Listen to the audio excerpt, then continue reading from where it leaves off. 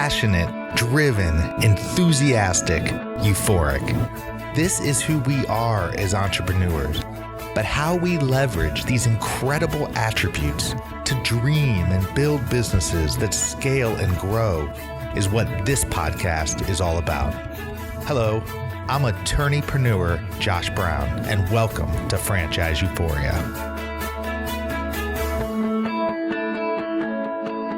Hello, everybody. Welcome back to another episode of Franchise Euphoria. Super stoked today to have none other than the franchise king, Joel Libava, back for another quick episode. This is sort of an impromptu reach out on my part to Joel, who's become a friend of mine who I totally respect in the franchise space. And obviously, if you don't know of him, just search through entrepreneur.com, any of the franchise articles, go online at thefranchiseking.com. But he is the man when it comes to franchise consulting. And I reached out to Joel because I keep getting this question over and over and over again, which is, if I've decided that I really want to hone in on a franchise search, I've gone through the process of deciding, do I want to start my own thing? Do I really want to go through the process with a franchise and take advantage of the franchise system? Once you've made that decision, okay, now what do I do next? And I get that question over and over and over again. And I thought Joel would be perfect to speak just to that one question today. So we're going to stay focused on that. How you doing, Joel? Good. Hold on one second. This darn crown. All right, there we go. It's heavy. It's heavy when you're the king. Well, not only was it heavy, but it turned from a round crown into an oval-shaped crown because it was in my suitcase recently, and I'm trying to hold on. All right, there we go. I'm sorry. Let's try to stay focused. That's something that I do very well, usually on Mondays and Wednesdays. Today we shall see. Anyway, so yeah, and I get this question all the time. Hey, Joel, my wife and I have really decided that the franchise route is the way we want to go. We feel like we've learned, enough about it to understand what the franchise model is. What do we do next? Well, there are a couple choices. The first choice, and I guess it's a choice, but pretty much everyone that has access to the internet does it, is they go online, they choose their favorite search engine and search for franchise opportunities or best franchise opportunities or whatever it is, and about 18 million search results come up. And according to my calculations, and I just did this yesterday, it takes about 1,800 years to go through all of them. So that's the first way, and it's an okay way to do it, kind of, especially if you're focused. You may decide to use the online method to find that perfect franchise, if you can hone in on some sectors or some skills. In other words, let's say that I'm really good at sales, so I look for franchises for people that are good at sales, and I should get some business-to-business type franchise opportunities come up. And from there, you just kind of have to kind of weed through and see which one is a fit. So that is the first way. And that's kind of the do-it-yourself way. But everyone does start these days at the internet. I don't know that many people who hop on their moped and ride down to the public library and start looking for franchise books. I think that they're really, really going online first. The second way, and you can do this in combination, is to work with either a franchise broker or a franchise advisor. A franchise broker, franchise consultant, same thing basically. An advisor is a little different, but a broker or a consultant is someone who will 9 times out of 10 not charge you if you're looking for a franchise, and their job is to match you to a franchise that they represent. And they may have 150 or 200 franchises in their portfolio, and they try to find the proper fit. And I know some really good franchise brokers out there.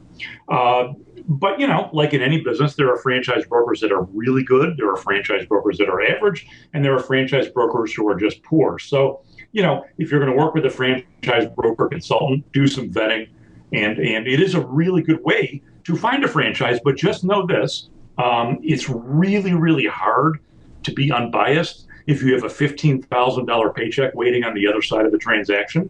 And it's also really hard to not only present opportunities that you represent. So it gets a little dicey, but when I was a franchise broker, I was really careful, and I never lost any sleep with the matchmaking that I did.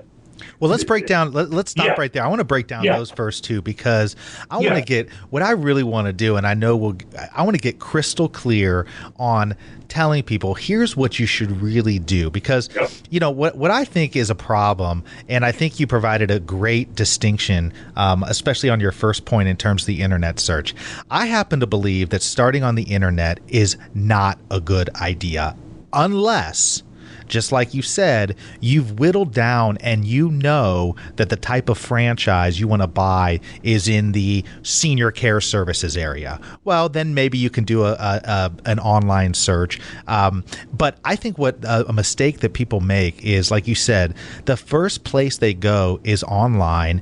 It returns 18 million results. It starts taking you down 2,700 different rabbit holes, and next thing you know, you went online to search for one specific thing, and now you're reading the swimsuit edition of Sports Illustrated. I mean, it's just right.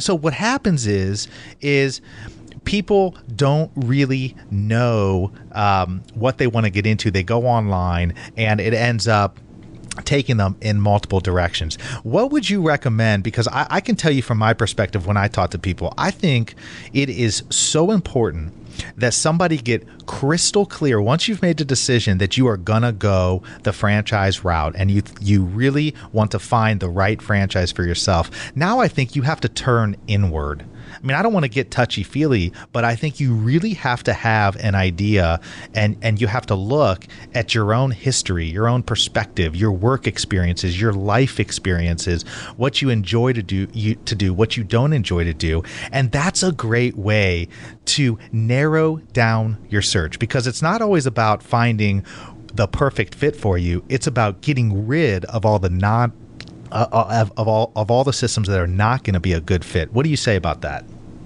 I agree, and I talk about it in my ebooks and my hardcover book. But what I really also want people to do is figure out what they're really, really good at and what they're not good at. Don't get a business-to-business franchise if you're an introvert who hates selling. Just because you like the product is not the reason to get a franchise. Just because you like the service is not the reason to get the franchise. Can you picture yourself doing the role of the franchisee? And do you know what that role is, or are you just going to assume you know? So you really have to dig in. But yeah, you have to start with you. And most people don't. But having said that, there is a way to hone in a little quicker, and that is to choose any of the franchise portals or directories out there, because it's kind of like going franchise shopping, even though I hate that word shopping. At least you could find out in categories what's out there. Because if you're not really good, or if you're not really very enthusiastic about doing an inner search, you may find some things that you say to yourself, I can see myself doing this. Let's learn more, and let's also look at other franchises in the same category.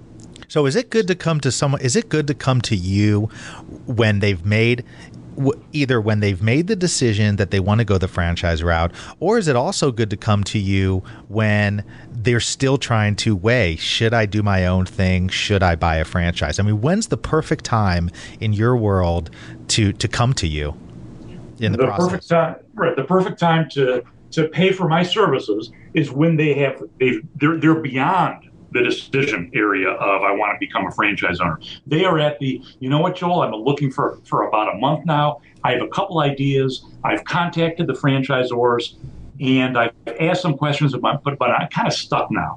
I've read your book or I've read your blog post, and I think I know some of the questions to ask, but how do I know I'm looking at the right thing? That is the best time to use my services, because I can point out things that my clients have not thought of, and I can also point them in different directions of opportunities, maybe not specific ones, but at least sectors that they haven't thought of. And then through a couple different phone calls, we can walk through the exact research steps and how to get through all the fears And then the nice thing is, because I'm not paid as a broker, is the decision is 100% on them. I don't really follow up. This is on them. They call me when they want help. I'm not pushing because my wallet does not grow in size if they buy a franchise. But will you make phone? I mean, I imagine you get people who want you to contact other franchisees or who want to rely on your expertise and say, "Hey, Joel, can you make a couple phone calls or look into this system?" I mean, do you do that kind of work, or do you just equip the people with the knowledge and then they go and execute on it? If it is once in a while, if it's a franchisor they're looking at that I am not very familiar with, I might do a little digging around. Or if it's a franchisor that I know may have a bit of a reputation problem, I might have them dig into it a little bit. But I try to stay as unbiased as possible, while at the same time making sure that my goal is reached, and my goal is to protect people before they, write a check for 50 grand and go to the bank for more. So it's kind of a mix of, well, they don't know this, but I do, but I'm going to go have them dig a little bit to find out on their own. And also, these guys are new. Let me look into it a little bit. Let me see if I think that the model at least makes sense. So I'll do that, but I won't call franchisees. I won't call franchisors. That's not what I do. I like what you said. I equip people to make, fact-based decisions, and then I turn them over to people like you who are franchise attorneys to go over the legal stuff and make sure they're protected. Well, and one of the things, and I've talked about this a bunch on my podcast, and I've even, some of my friends here locally who are traditional franchise consultants and brokers always get on my case because they're always like, "Man, you always give us a bad name because we're not independent." And I go, because I'm always telling people they should really go and get the independent consulting through someone like yourself, as opposed to just the free option. But of course, and I know you deal with this, a lot of people just default to what's free. What else, in addition to the fact that you're going to be more objective because you don't have a weighted stake in the game, you're not staring at the other end of a $40,000 check coming your way if you steer somebody towards a franchise. I mean, what other things that you do, I guess, differentiate the independent consultant from the traditional consultant? Because I get that's right in line with this question, because people want to know, okay, who should I go to? Where should I go? I teach people A to Z how to choose, research, and buy a franchise. And my methods are proven, and people like me, because I do so in a very non-threatening way. Because I'm not selling franchises, I change the game. So people can work with me and say, after they're done with a 1 hour call, it's like, "Hey man, this guy not only knows what he's talking about, but he's not pushing me towards anything. He's really allowing me wiggle room to make the decision on yes or no, and to make the decision on a franchise." I have a guy that I'm working with right now, and I'm not going to mention what state he lives in, but he was really angry at me because I pointed out some things about a franchisor that he didn't know, and some of the hot buttons, some of the red flags that were coming up. And I said, "You need to talk to this franchise development director because something is not right." And he was really pissed at me. But it's interesting, the next day, I got about a 3-paragraph email commending me on having the courage to be honest with him and to tell him some things he didn't want to hear. And he moved on from that franchisor. And I'm glad he did, because it was just not a good situation. They were really trying to emotionally steer him towards doing something that he should never have done, and I'm glad he didn't do it. Yeah, I mean, people just need to get more serious about this decision. I mean, I don't know about what you think about this, but I just see so many people who are buying franchises and they're not really serious about it. I mean, they're serious in wanting to make money, but they're not serious in the way that they go and find the right franchise. And I was on somebody's show just the other day, and they said, gosh, we're gonna spend all this money on a franchise. Why are we want to go to the extra expense to go to the professionals on top of it, because it just adds more expense? I flat out said, Joel, I said to this person, I said, with all due respect, I mean, that's just a stupid position, right? I mean, it's just, you're talking about getting locking yourself in. On average, the average franchise agreement is 10 years. And some are 5, some are 15, some are 20. But the point is, you're locking yourself in to these arrangements for a significant period of time. And if you want to go start your own business and then shut it down, that's all great. And you can decide, if it's not working out, to move on. Right. You can't do that with a franchise. But I think one of the things that people get stuck on is they feel like it's just another hurdle they have to get over. Tell me the time frame when somebody comes to you, assuming they come to you at the time when they've already decided they want to get into a franchise. Now you're helping them through the process. I imagine it's different for different scenarios, depending on if they're buying a single unit, if they're looking at multi-unit ownership, area development. I mean, there's lots of things in there, but roughly, what's a reasonable time frame that they're going to be working with you and be able to come through on the other side? Say 30 to 45 days. And I put so much into my calls. I mean, I can tell people in an hour a lot. I don't like stretch things out. I don't necessarily want people to spend numerous hours of my time with me if they don't need it. But 30 to 45 days from beginning to end is how long it should take to research and buy a franchise. But I have people coming to me at different stages. Some people are like, I've done the research. I've gone to headquarters for Discovery Day. I just want to make sure I haven't missed anything. That's a 1-hour phone call. We're done. In most cases, if it's someone that is really, really deciding between two different franchises, or something doesn't feel right, it might be two separate phone calls, because the first phone call might be kind of the come to Papa one, the come to Jesus one, where it's like, well, maybe Joel's right, maybe I should look at something else. Then the next phone call 3 weeks later, when they found a couple of things and want to know if they're a fit, and and how to work through and get the facts. But you are right. What I find is people are serious about becoming franchise owners, or at least about becoming their own bosses. But, after 2 months of research and going back and forth and talking to franchisees and driving around and visiting headquarters, the last thing they want to do sometimes, if they're not astute business people, is spend $800 with an attorney, spend a couple hundred with me, spend $100 here, spend $100 here, go to an accountant, because they think that they're just done and they just want to get on. But you're right. A 10-year agreement's a long time. Don't be a cheapskate. That's as blunt as it comes. Don't be a cheapskate. It's either pay me now or pay me later. That's so true. And I know we're probably coming off as intense in this discussion, because I'm so passionate about this. And I want the person listening right now who's, driving or running or doing whatever they are, listening to the podcast, who has thought to themselves, I'm going to bypass these people and I'm going to outsmart the system. No, you're not. I've never, ever met somebody who said, you know what, I really regret taking too much time looking at a franchise. Yet I meet people every single day who say, gosh darn it, I wish I knew about what you did before I bought this. Or I did a due diligence. I checked with this, but I didn't do that one thing, and I really wish I would have done it. So it's always people who have regrets about things that they didn't do, and it's never somebody saying, gee, I spent a month too long looking for a franchise. Because the reality is, if it's a good system and it's a good opportunity, you should not be rushed into it, and your franchisor will not want to rush you into it.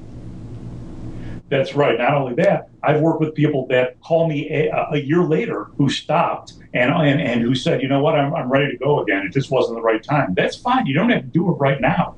Here's something that I've heard before, and this is for people that will not use a franchise attorney because they think it's going to be too much money. There are so many horror stories of people that have come up to me and said, Joel, I heard your seminar, or I read a blog post about only using a franchise attorney. I bought this darn franchise. I'm into it 6 years. I'm losing my butt. I should not have used my Aunt Martha, the divorce attorney, to look at the franchise agreement. I don't know why, but she said that she would do it for free, and I trusted her. And I'm telling you, people do it all the time. Why do I have to talk with the franchise attorney? The franchisor told me that everything is in stone and there's no negotiation. Well, you're an idiot if you don't talk to a franchise attorney, because the franchise agreement, the contract's 20 pages long, the FDD's a couple hundred pages. There's no way for you to understand it and not miss something. Well, you just hit on it. So key. So people believe that the only reason they should go to an attorney is for them to change something. Yeah. And that's not the case in franchising, because in many instances, you're not going to be able to change something, but quite frequently you can, but it just depends. But the point is, you go to an attorney who's familiar with this area, because they're going to be able to fully educate you on what's contained in the document. I can't tell you, there's been at least 4 instances within the last 6 months where I've talked to somebody and they say, yeah, I pretty much know what this whole thing says, and I just want you to do a quick scan. And then we start going over, okay, well, tell me what you think about the territory definition within the agreement. And they go, well, what do you mean? And I go, well, it specifically carves out this, which would allow the franchisor to do X, Y, and Z. And they're like, oh my God, I didn't even know about that. It's that kind of thing that adds the true value. Just like with your experience, Joel. I mean, many people may not know this, but you were a traditional franchise broker for many, many years. I don't even know how many years. Yeah, 10 years. I was also a franchisee. You were also a franchisee. So your experience, I mean, that's where the real value comes in. So listen, I know this has been 20 minutes of pure fun from my perspective. And I'm really glad you agreed to come on for just a quick segment and really hit home, okay, when you've decided to buy a franchise, before you go right to the internet, contact Joel. I mean, you need to contact somebody who knows what they're doing, who can help steer you in the right direction and work through the process and the progression. There is no shortchanging this process. That's right.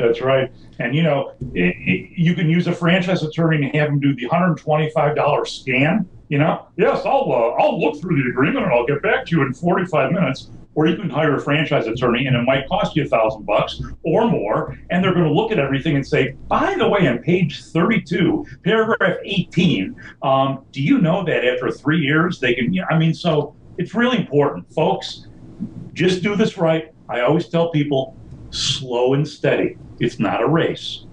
Make sure everything is done correctly. Use legal representation, get an accountant, do a business plan, and trust your guts. Absolutely. Joel, you are the man. You are a good friend, and I love what you're doing. And thanks again for coming on. Thanks for having me. I'm going to go wash and wax my chariot.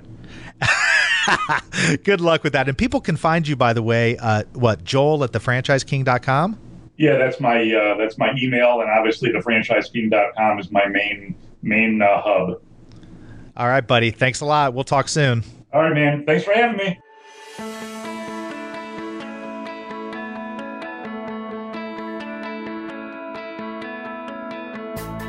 Thanks for being with us today on the Franchise Euphoria podcast. If you enjoyed this episode, please be sure to go to iTunes and provide a review. Also, please remember that although Josh Brown is a licensed and practicing attorney, nothing contained in this podcast should be construed as legal advice, because it is not. The information contained in this podcast is general and educational in nature, and none of it should be relied upon as legal advice.